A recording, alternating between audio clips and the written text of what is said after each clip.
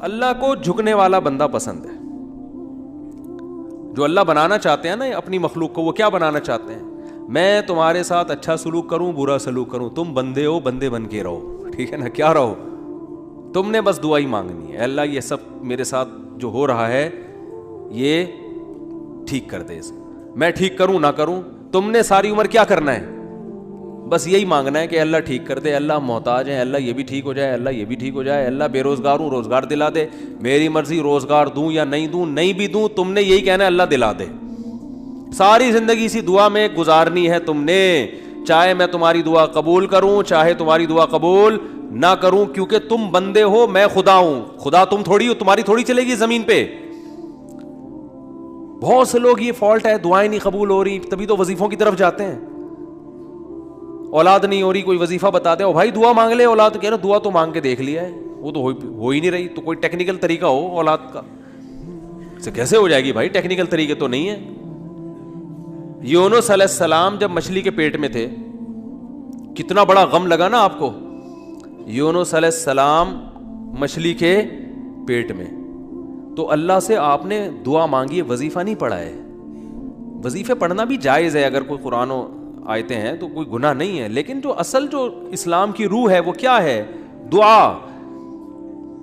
تو یونس علیہ السلام نے مچھلی کے پیٹ میں دعا مانگی, لا الہ الا انت سبحانک. دیکھو حضرت یونس علیہ السلام, ہمارا جو مزاج ہے نا وہ کیا ہے, یونس علیہ السلام کئی سال اپنی قوم کو تبلیغ کرتے رہے ہیں, قوم باز بولو نہیں آئی. حضرت یونس کو یقین ہو گیا اس قوم پہ عذاب آنے والا ہے, تو آپ نے اللہ سے نہیں پوچھا, اس لیے کہ آپ کا خیال تھا بھئی یہ عذاب تو آئے گا, تو میں اللہ کے خوف سے اب بستی کو پہلے چھوڑ دیتا ہوں. میں آپ سے یہ اجتہادی خطا ہوئی, یہ اجتہادی خطا ہوئی کہ بھئی اللہ کی پرمیشن کے بغیر آپ نے قوم کو کیوں چھوڑا.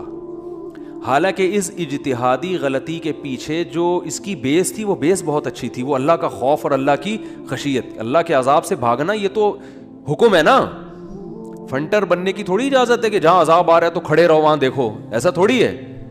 قوم لوط پر جب عذاب آیا تو جو اہل ایمان تھے ان کو حکم تھا پیچھے مڑ کے بھی نہیں دیکھنا ہے, اس عذاب کو دیکھنے کی بھی اجازت نہیں, ڈرو اس سے بھاگو. جب قوم عاد قوم سمود کی بستیوں سے نبی گزرتے تھے تو چہرے پہ کپڑا ڈال کے جلدی اپنی رفتار بڑھاتے تھے, بھئی یہ اس عذاب کو اپنی آنکھوں سے بھی نہ دیکھو, خوف پیدا ہوتا ہے اس سے. تو اتنا زیادہ آپ صلی اللہ علیہ وسلم خوف زدہ ہوتے تھے.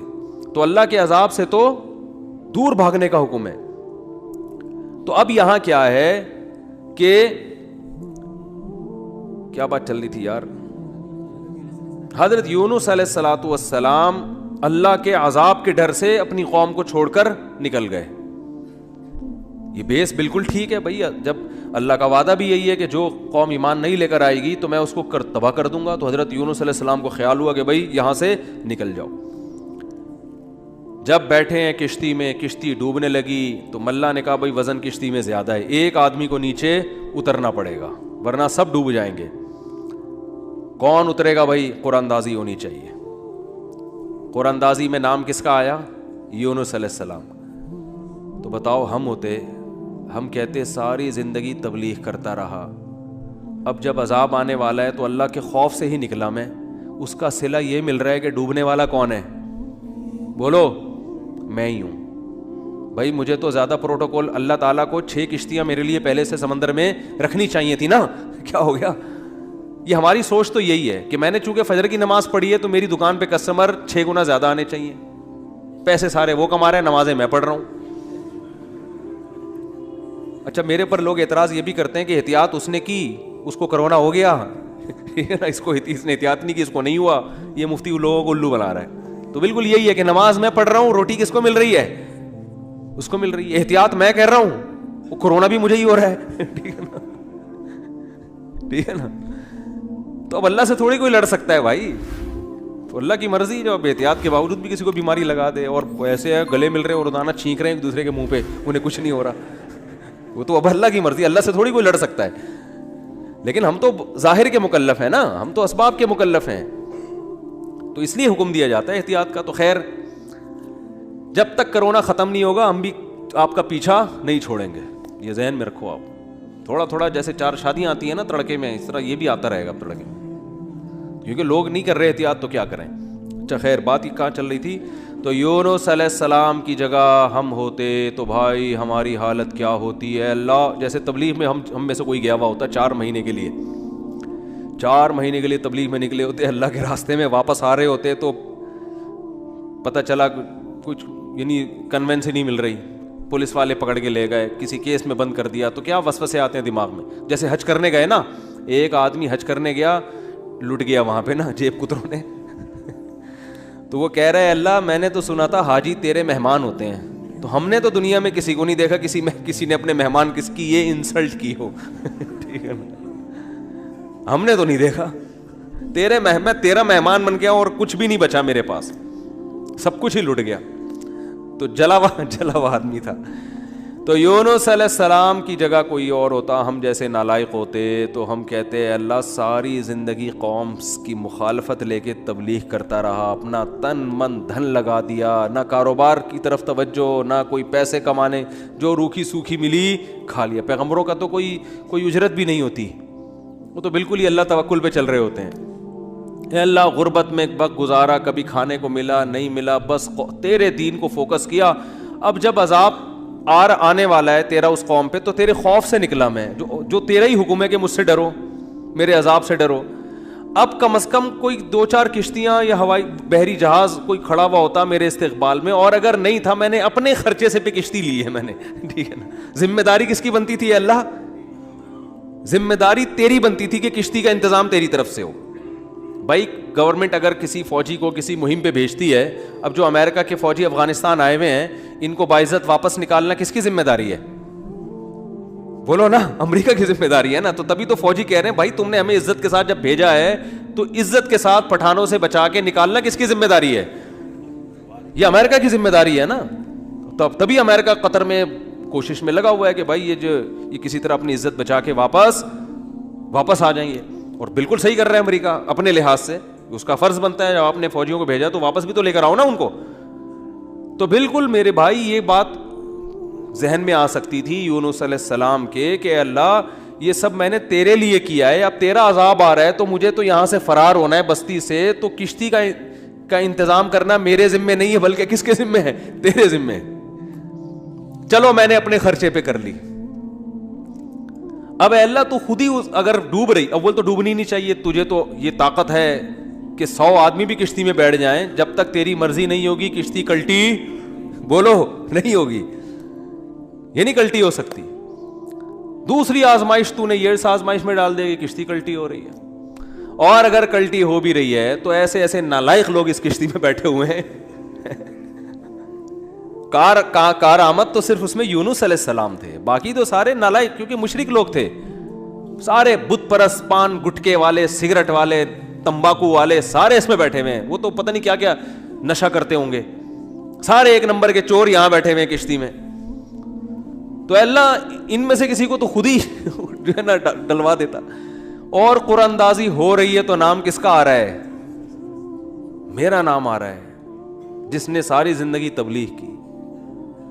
تو اور پھر کمال یہ کہ بڑی آزمائش کیا کہ چلو کشتی میں اگر چھلانگ لگا کے نیچے گرنا ہی تھا، ان لوگوں نے ڈال دیا بھائی آپ کا نام آیا آپ کو اترنا پڑے گا.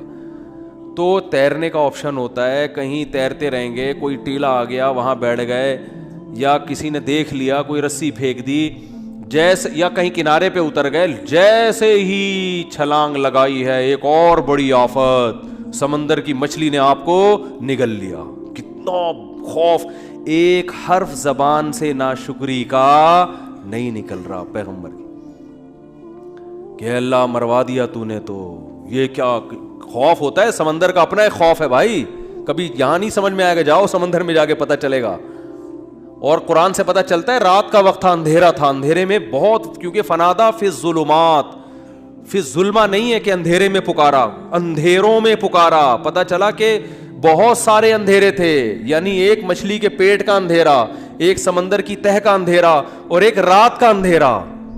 کس قدر خوف. بتاؤ آج کسی کو ایسی ٹینشن ملتی ہے؟ آج یہی ٹینشن ہے، ابا نے اس دن چپیٹ لگا دیا تھا کھینچ کے، اور بھائی تمیز سے بات نہیں کر رہا، بیگم کنٹرول میں نہیں ہے, اور مفتی صاحب کے بیان سن کے اللہ کی خاطر شادی کی تھی, پھنس گئے. ایک آدمی میرے پاس آیا, کہنے لگا مفتی صاحب میری بیوی کی نہ شکل اچھی ہے اور نہ بات کرنے کا انداز اچھا ہے.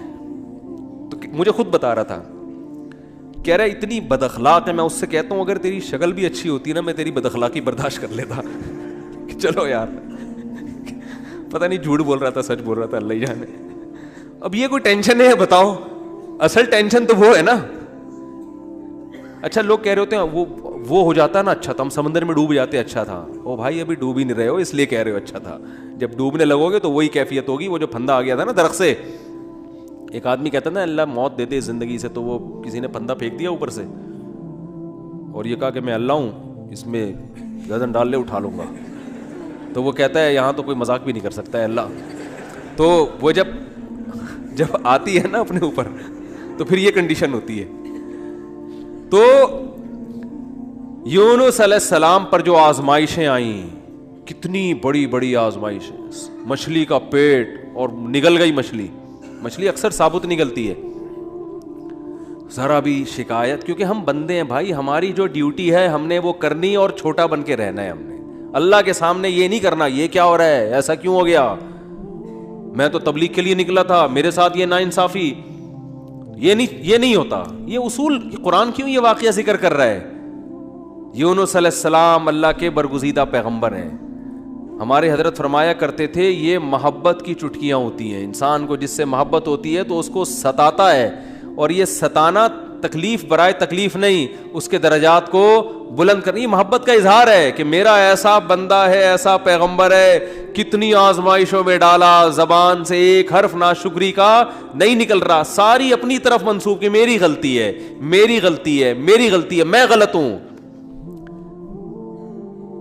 تو قرآن کے الفاظ دیکھو, جب مچھلی نے نگلا ہے اور سمندر کی تہ میں گئی اندھیروں در اندھیرے, تو یونس علیہ السلام نے فنادا فی الظلمات, اندھیروں میں کیا پکارا, لا الہ الا انت, اے اللہ تیرے سوا کوئی غلامی کے لائق نہیں ہے, میں تیرا غلام ہوں. انی کنت من الظالمین, میں ہی غلط ہوں, تو غلط نہیں ہے, مجھ سے کوئی غلطی ہوئی ہے اور میں تجھ سے استغفار کرتا ہوں. ان کو احساس ہو گیا کہ میں جو بغیر پرمیشن کے آیا ہوں شاید یہ اس لیے ہو رہا ہو میرے ساتھ. دیکھو اپنے آپ کو غلط ثابت کرنے کے لیے دلائل تراشے جا رہے ہیں. کوئی اللہ نے وہی تھوڑی کی تھی اس وقت کہ آپ غلط ہیں. بس اس عمل سے اندازہ ہو گیا کہ بھائی اور تو مجھے نہیں لگتا میرے سے کوئی گناہ ہوا ہو, تو مجھے لگتا ہے کہ یہ ہے جس کی وجہ سے اللہ کیا ہے, مجھ سے ناراض ہے. تلاش کر رہے ہیں, کوئی اپنی مسٹیک تلاش کریں, اپنے آپ کو غلط کہیں تو لا الہ الا انت سبحانک, اے اللہ تو ہر عیب سے پاک ہے. کیا مطلب, تو میرے ساتھ غلط نہیں کر سکتا, یہ میرا ہی کوئی عمل ہے جس کی وجہ سے ایسا ہو رہا ہے. تو تھوڑی غلط ہے, تو ہر عیب سے پاک ہے, تو ظالم تھوڑی ہے, میری غلطی ہے, میں غلط ہوں. کیا اللہ کے رحمت کے خزانے حرکت میں آتے ہیں. فَالْتَقَمَهُ الْحُوتُ وَهُوَ مُلِيمٌ, قرآن کہہ رہا ہے مچھلی نے نگلا اس حال میں کہ یونس علیہ السلام اپنے آپ کو ملامت کر رہے تھے. جب مچھلی کی نگل رہی تھی اس وقت بھی اپنے آپ کو ملامت کر رہے ہیں, اپنے آپ کو برا بھلا کہہ رہے ہیں, میں نے غلط کیا. تو جب مچھلی کے پیٹ میں جا کے توبہ استغفار کی ہے تو اللہ کی صفت استغنا دیکھو.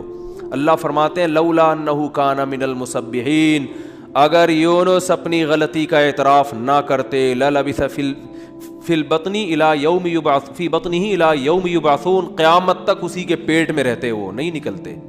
یہ اللہ کی صفت استغنا ہے کہ بھئی اللہ کو آپ ڈرا کے دھمکا کے یا اپنی غلطی کا اعتراف کیے بغیر اللہ پہ ڈال کے اللہ سے کچھ بھی منوا نہیں سکتے.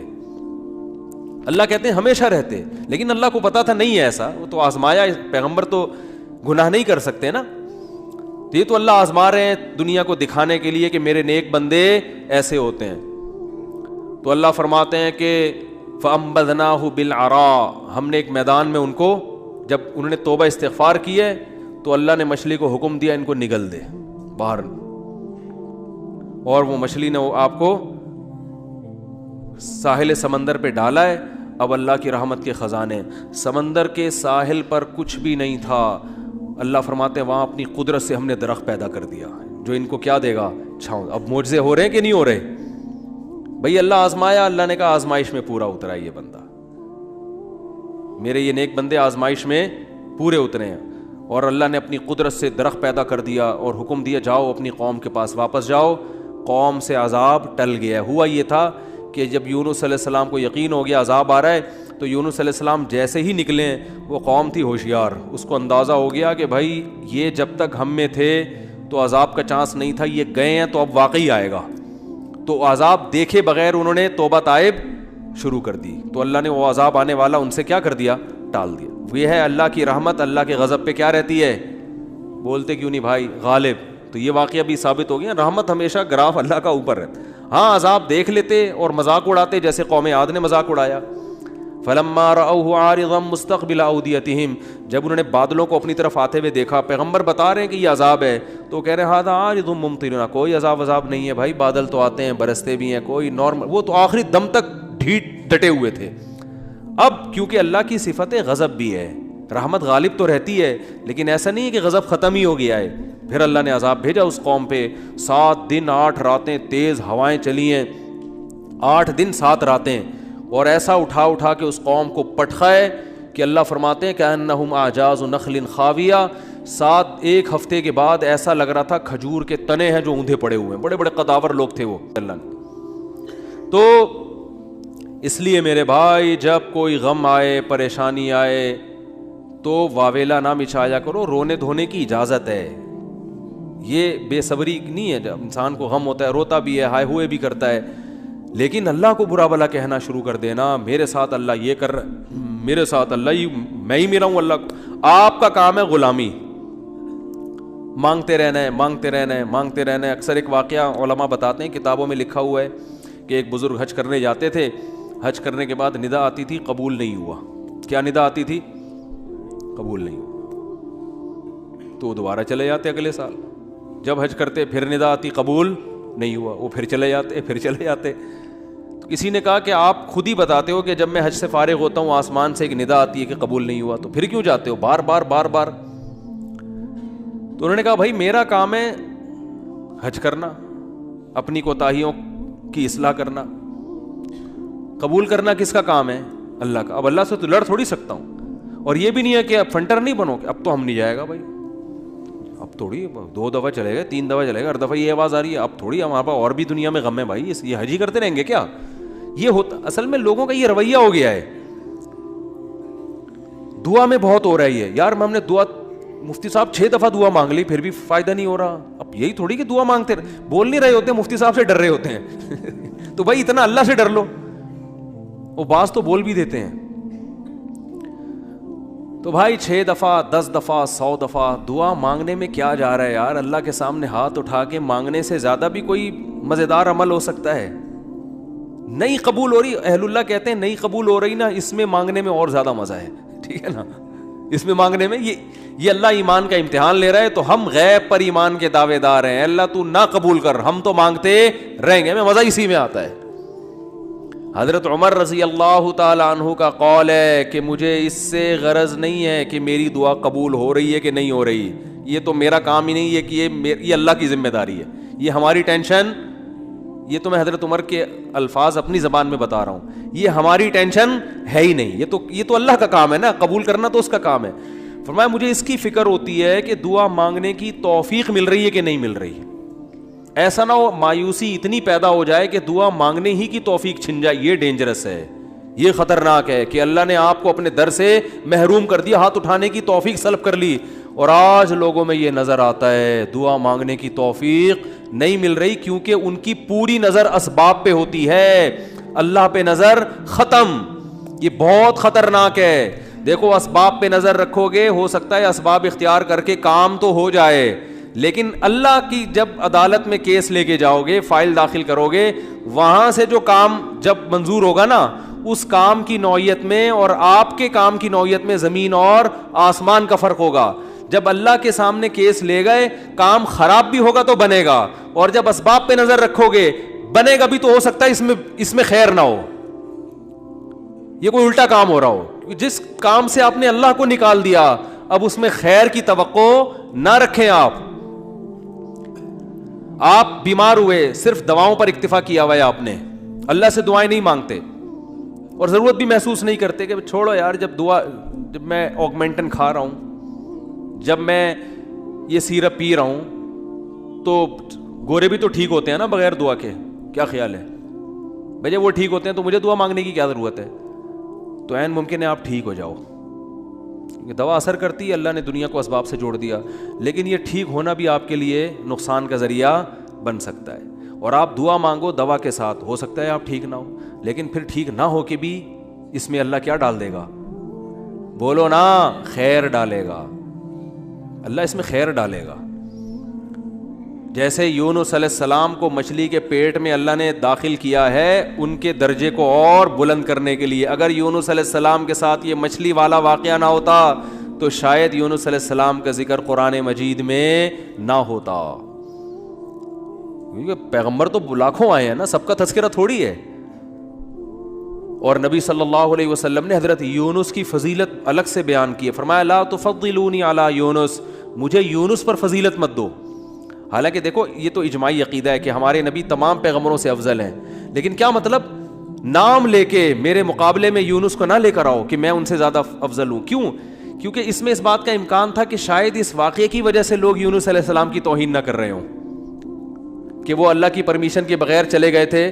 تو کہیں اس واقعے کو بنیاد بنا کے لوگ ایسا نہ ہو کہ کہیں کہ ہمارے نبی تو افضل ہے, یونس علیہ السلام افضل نہیں ہے, کیونکہ ہمارے نبی تو بغیر پرمیشن کے کوئی کام نہیں کیا اور یونس علیہ السلام تو اللہ کی پرمیشن کے بغیر چلے گئے تھے. اس لیے نبی نے اس کانسیپٹ کو درست کرنے کے لیے, کلیئر کرنے کے لیے کہ کہیں تمہارے ذہن میں یہ چیز نہ ہو, اس لیے کیا مطلب حدیث کا کہ یونس علیہ السلام کا نام لے کے دونوں کو مجھے ان کے مقابلے میں لا کے کھڑا مت کرو, اور یہ مت کہو کہ محمد صلی اللہ علیہ وسلم حضرت یونس سے افضل ہیں. حالانکہ افضل ہیں, لیکن جہاں بھی حضرت یونس کی توہین کا ذرہ برابر بھی شائبہ نکلتا تھا آپ صلی اللہ علیہ وسلم نے اس سے منع کر دیا. اس لیے کہ آپ صلی اللہ علیہ وسلم جانتے تھے کہ یہ جو کچھ یونس علیہ السلام کے ساتھ ہوا یہ اصل میں آپ کو بلند مرتبہ دینے کے لیے ہوا تھا, اور یہ بتانے کے لیے ہوا تھا کہ اللہ کی صفت استغنا کیا ہے, اور یہ بتانے کے لیے کہ اللہ سے لڑ کے کوئی چیز نہیں لی جا سکتی, اور یہ بتانے کے لیے کہ غموں میں, ٹینشنوں میں, پریشانیوں میں اللہ کے نیک بندوں کا رویہ کیا ہوتا ہے. اور میں آپ کی جنرل نالج کے لیے ایک بات یہ بھی بتا دوں کہ جس کا یہ لائف اسٹائل ہوگا نا وہ ٹینشنوں میں بھی خوش رہے گا. ویسے ہی ٹینشن ختم کر لیتے ہیں اللہ اس سے, کیونکہ وہ ہر ٹینشن کو کس کی طرف سے سمجھ رہا ہے؟ اللہ کی. تو جب اللہ ہمارا ہے اور وہ اپنے بندوں کا اچھا چاہتا ہے تو اس میں ٹینشن دے کے بھی ہماری کیا ہوگی, اس میں خیر ہی ہوگی. اس نے یعقوب علیہ السلام سے جو بیٹا چھینا تو یعقوب علیہ السلام کو نوازنے کے لیے چھینا. یوسف علیہ السلام کو جو بچپن میں باپ سے الگ کر دیا مصر کا بادشاہ بنانے کے لیے کیا اس نے, نہ چھنتے نہ بادشاہ بنتے. تو ہمارا کام ہے ہر برائی اپنے کھاتے میں ڈالیں, سمجھ رہے ہو کہ نہیں سمجھ رہے, اور ہر اچھائی کس کی طرف منسوب کریں؟ اللہ کی طرف.